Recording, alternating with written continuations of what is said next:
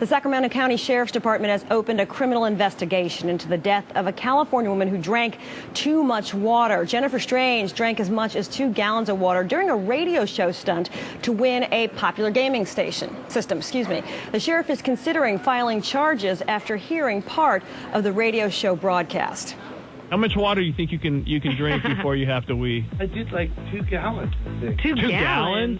Oh, dude. Can't you get water poisoning and, like, die? Water. Your body is 98% water. Why can't you take in as much water as you want? I don't know. Maybe we should have researched this. I don't know. Before. I mean, yeah.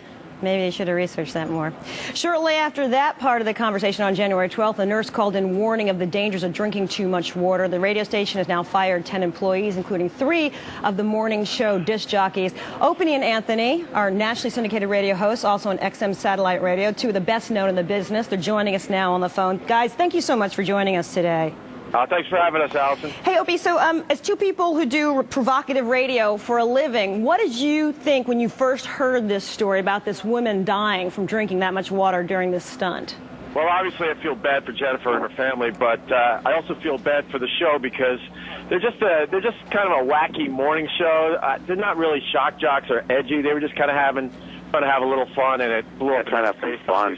That's terrible. I'm sorry. I feel bad. Anthony, what did you think when you first heard this? It was awful. These poor kids of the mother are going to be asked for the rest of their life. How did your parents die?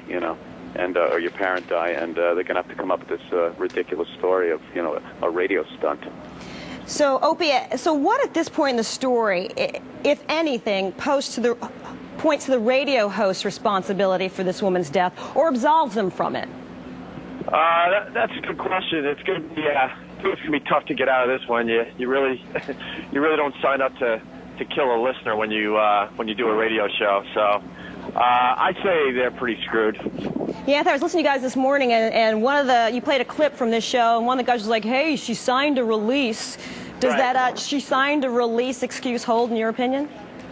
No, I think legally it might hold, but so they don't get arrested. But I think a civil case will be brought up, and it reminds me of a case years ago, back in '83. A couple of disc jockeys, I think it was Ramone and Frunkus in the morning. They had a staff member shove marshmallows in his mouth, and he choked wearing a bunny suit. It was awful, tragic. The Nagels family's never recovered from that, and I remember they were taken right off the air. So, Opie, it's happened before. It has. Opie, do you think this is going to bring any industry-wide changes, or is this just going to be one of these sad stories that sort of fades from the headlines eventually? No, I think the boss is going to, kind of pretty much wreck it for everybody else. I mean, the bosses in radio in general are beyond scared as it is, and now that we officially have killed the listener out there, yeah, I think you're going to hear a lot of really, really boring radio. No one's going to really try to go to the edge or do anything edgy. Well, Anthony, didn't a management maybe say, "Hey, did you talk to a doctor about this or something?" and maybe get some confirmation if this is dangerous or not? So, Anthony, you're throwing it up the food chain a little bit. That management maybe should get involved, or maybe should be held accountable. Yeah, maybe you say, did you talk to a doctor about this or something? Maybe management should have looked into this and seen if it was a little more dangerous than they thought. Opie and Anthony, we really thank you for taking the time to be with us today. Thank you, Alison. Thank you. Alison.